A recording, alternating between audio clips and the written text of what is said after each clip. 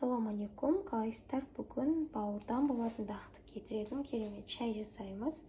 Ол кәдімгі бауырды тазалап бізде жақсы көмектесетін болады. Өте пайдалы шай. Ол үшін бізге осындай өрік керек болады. Өріктің тазартылмаған түрін алыңыздар. Қымбат тазартылған, май жылатылған қажет емес. Оның бізге ешқандай пайдасы жоқ.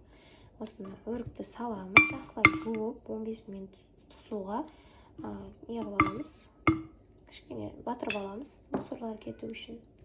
Мен астына идеальный варианттың қалай штуктарын жазып қоямын, нағыз рецепт бойынша. Және де осындай шиповник.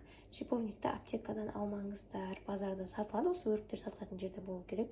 Бағасы өте қолжетімді. Бұл өте бізге пайдалы.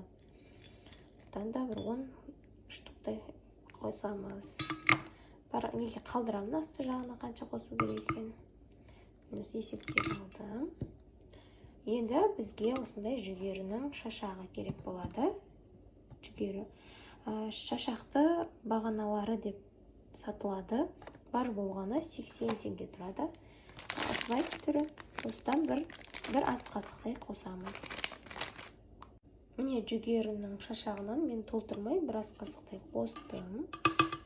Енді мен де баламда аллергия болғаннан кейін балда набатта қоспаймын. Егер сіздерде қоссаңыздар болады. Кішкене балды бірақ бірден қоспаймыз. Қас қайнаған су қойғаннан кейін, ол кішкене суығаннан кейін 40 градустарға түскен кезде бал қосуға болады. Өйткені бал өз качествосын жоғалтпау үшін.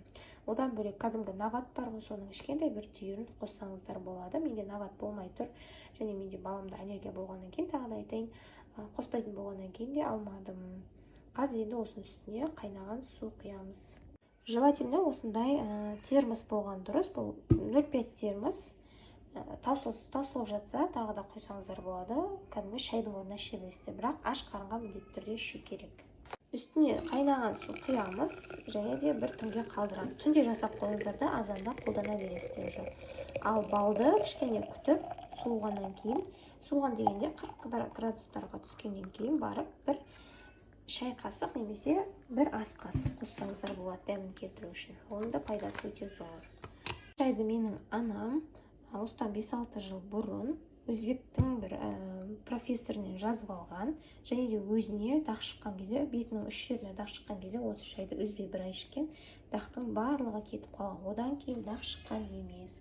Сондықтан бауырды жақсы тазалайды. Бауырдың әсерінен болып жатқан дақты міндетті түрде кетіреді.